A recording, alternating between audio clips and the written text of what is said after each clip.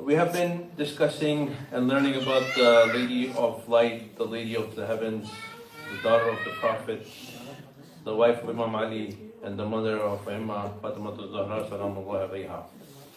I will attempt to highlight two aspects of her life for our younger generation, for the youth and the children. So basically, this is going to be very short and very simple.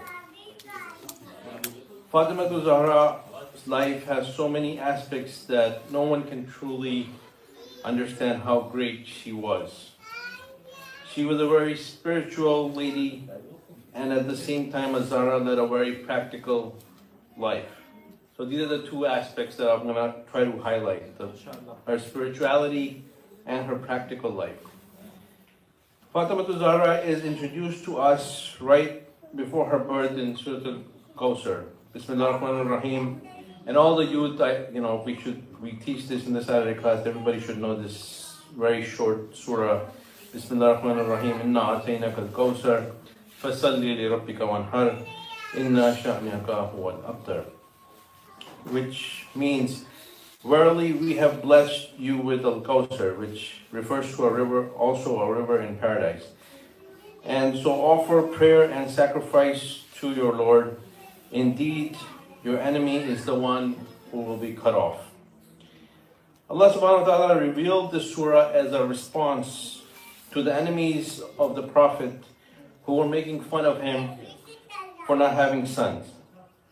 As you know from the history that the Prophet, every time he did have a son, it was the will of Allah that they did not survive.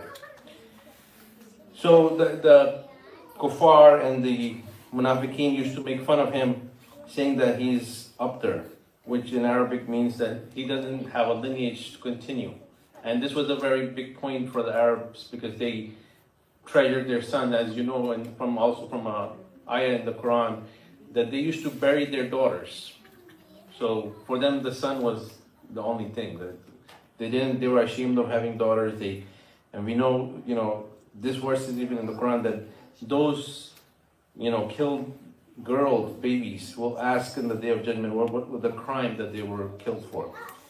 So anyways, they used to make fun of the Prophet. And if so Allah subhanahu wa ta'ala responded to them by this, giving the Prophet this, surah and the gift that's in it. And if you look into these three verses, they sum up the life of Fatima Zahra. She was the gift to the Prophet and to all of the humanity from the heavens. The heavenly river of Kawthar, which is a symbolic of abundance and life and nourishment. And from Fatima alayhi salam, we see the miracle of the Ahlul Bayt and the 11 Imams and the millions of Sadat today that can trace their lineage back to the Ahlul Bayt. So she represents the spiritual river, the heaven from the heavens of Kawthar, flourishing and full of life. In the second verse, so offer prayer and sacrifice to your Lord. Fatima Zahra was always engaged in prayers, as we know. She is the most pious, with the highest level of taqwa from any of the religious ladies from the beginning of time till the end. She earned the title Sayyidat Nisa'il Alameen, which means the master of all the ladies from all the worlds. We can say, just as the Prophet was the summation of the final Prophet from the beginning with Adam alayhi salam, so the Lady of Light, Zahra, was the summation of all the religious ladies from the beginning, from Hawa or Eve to Asiya, the wife of the Pharaoh who raised Musa alayhi salam and protected him, to Maryam alayhi salam, who was known for her worship, and the mother of Isa alayhi salam. So she had the better qualities than all of them combined. And when it comes to the sacrifice for the sake of Allah subhanahu wa ta'ala, Zahra is literally the mother of all sacrifices. Her sacrifice is mentioned in the Quran, even though, from the teachings of the Ahlul Bayt, we can get the meanings. One of the examples for the youth is that when fasting for 3 days for the health of Husnain, the Holy Family in the household of Fatima Zahra fasted. And we all know this example, just to highlight for the youth, but every time they fasted and they were coming to do the iftar, somebody knocked on their door. And they gave away the food that they were going to eat for the iftar. So this is just an example of the sacrifice that they were making, and which is mentioned in the Quran as proof. Her sacrifices are too many to describe, with the most notable being that, of course, she prepared her children, Imam Hassan, Imam Hussein, and Zainab, for the sacrifices they would face and they would in their lives. We can only imagine how difficult and tough it would be to know the fate of your children and what they would suffer, especially Imam Hussein and Zainab alayhi salam. And the third verse addresses the enemies of the Prophet, the enemies of the Ahlul Bayt, and the enemies of Allah subhanahu wa ta'ala. That indeed it is your enemies that will be cut off or be upturned. Fatima Zahra is the answer to the enemies of Islam from then till now and until the end of times. She stood up for the haqq. She stood up for what was right. She was given, and for example, the example of that, when the Prophet had given her as an inheritance the garden of Fadr, and the perpetrators snatched it away from her. She did not just stay quiet and let it be. She stood up and she raised her voice and she demanded her right. As we heard yesterday, that she did not need the garden of Fadr for her personal use or her profit or anything like that. She is the lady of the heavens. She does not need a little property that has any value. But the purpose of standing up for the haqq, for the right, was to expose the hypocrisy of the hypocrites and to show the truth from the falsehood. She went to the court with evidence and to show the truth from falsehood. And she went to the court with evidence. And who would know more about the rights of Islam and the rules and regulations than her, the inheritor of the Quran? Yet, with all that evidence, still the hypocrites still rejected her. Zahra also stood to protect the Imam of the time. It was Imam Ali, of course, from the same hypocrites and the enemies of the Prophet. And we know the tragedy of the holy door, the blessed door that not only the needy knocked on, but also the angels would knock on this respectful door. But the brutal, ignorant hypocrites burned down the door and broke the ribs of Zahra, murdering her unborn baby, Mohsin. She requested to be buried in the night in secrecy, so till the end of time her anger towards the hypocrites can be evident and registered and in full sight for anyone to realize. Sallu ala Muhammad wa ala Muhammad. Allahumma salli ala Muhammad wa ala Muhammad. Fatima Zahra's spirituality is mentioned in other words in the Quran, as was mentioned before that, or sixth Imam Ja'far as-Sadiq alayhi salam explain how she's the one Allah is mentioning in Surah Al-Qadr, where it says, Bismillah ar-Rahman ar-Rahim, Inna anzalnahu fi laylatul qadr, wa ma adraka ma laylatul qadr, laylatul qadr khayrun min alfi shahr. Which means, verily we have sent the Quran down in the night of Al-Qadr.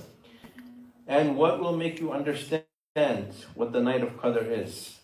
The night of Qadr is better than 1,000 months. So again, she has the spiritual dimension which is beyond our understanding. We cannot comprehend all the spiritual aspects of a Zahra. She demonstrates this mysterious spirituality that only Allah subhanahu wa ta'ala and the Prophet is aware of, Imam Ali.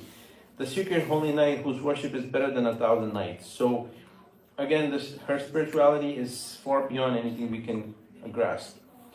On another occasion and another example that narrated from Imam Hassan alayhi salam, on Friday Eve, he says, I saw my mother Fatima bowing and prostrating in worship till the break of dawn. So all night basically. I heard her continue to pray for the faithful men and women, naming each one of them by their name. But she did not ask anything for herself in the prayer. So I asked, Oh mother, why is it that you do not pray for yourself and us as you pray for the others? She answered, my son, the neighbor first, then the home. Right? So this is a crucial lesson for us living in the modern world. With the rise of individualism and distraction from the cell phone and all the media, we may sometimes forget to care for our neighbors and community members. It is essential for us to follow the message of Fatima alayhi salam and pray for the well-being of our Muslim Ummah as we see the genocide taking place in Gaza and the dangers that are increasing every day for the Mu'mineen from Parichanar to Lebanon to now Syria. So we have to take the example from Fatima Zahra to pray for those Mu'mineen who are under zulm and undergoing so much oppression. And the final point about her spirituality is her legacy of Tasbih Fatima Zahra, which all the Muslims recite after the namaz, regardless of Shia or non-Shia. The tasbih gifted to her by Allah through the Prophet is full of spiritual benefits that we don't even realize. The 34 times of Allahu Akbar, 33 times of Alhamdulillah, and 33 of Subhanallah, which we teach to recite after the namaz as well, for the removal of worries and troubles, and much more than that we don't even understand. But as much as Fatima Zahra was a spiritual personality, she also had a very practical life and simple life. From a young age, we see her life is devoted to helping her father, the Prophet. She earns the title Abiha, which literally means the mother of her father.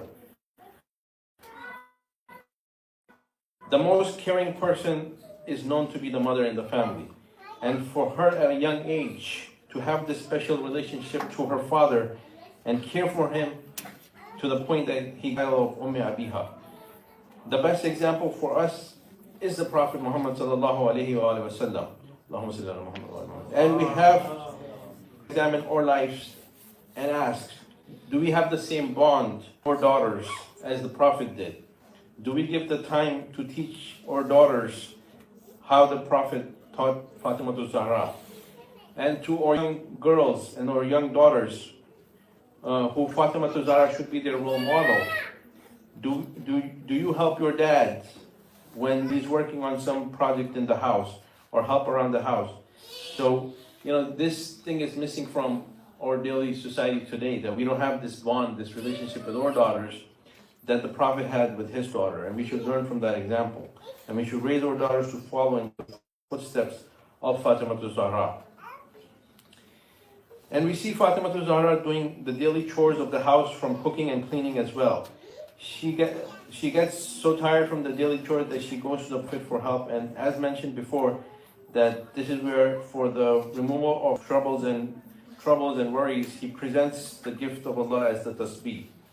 So even though she is the leader of all the women of all the worlds and daughter of the Prophet, she is a hard-working lady, performing all the duties of the home and taking care of the children. We see that even as she is in her last days and in tremendous pain, she requests Fiza to let her do the household chores for one last time and feed them and take care of them, because she knows that after that day, they will be on their own. So she makes sure that she does everything by herself. She cooks the food for them, she cleans them, she bathes them, she does everything on the last day, because she knows that they're going to be after that on their own. So may Allah let us and our children, especially our daughters, follow in the footsteps of Fatima Zahra and grant us her shifa on the day of judgment. May Allah subhanahu wa ta'ala hasten the reappearance of the Imam of our time, Imam al-Zaman, Imam Mahdi alayhi salam. Sallu ala Muhammad wa ali Muhammad. أحسنتم ما شاء الله.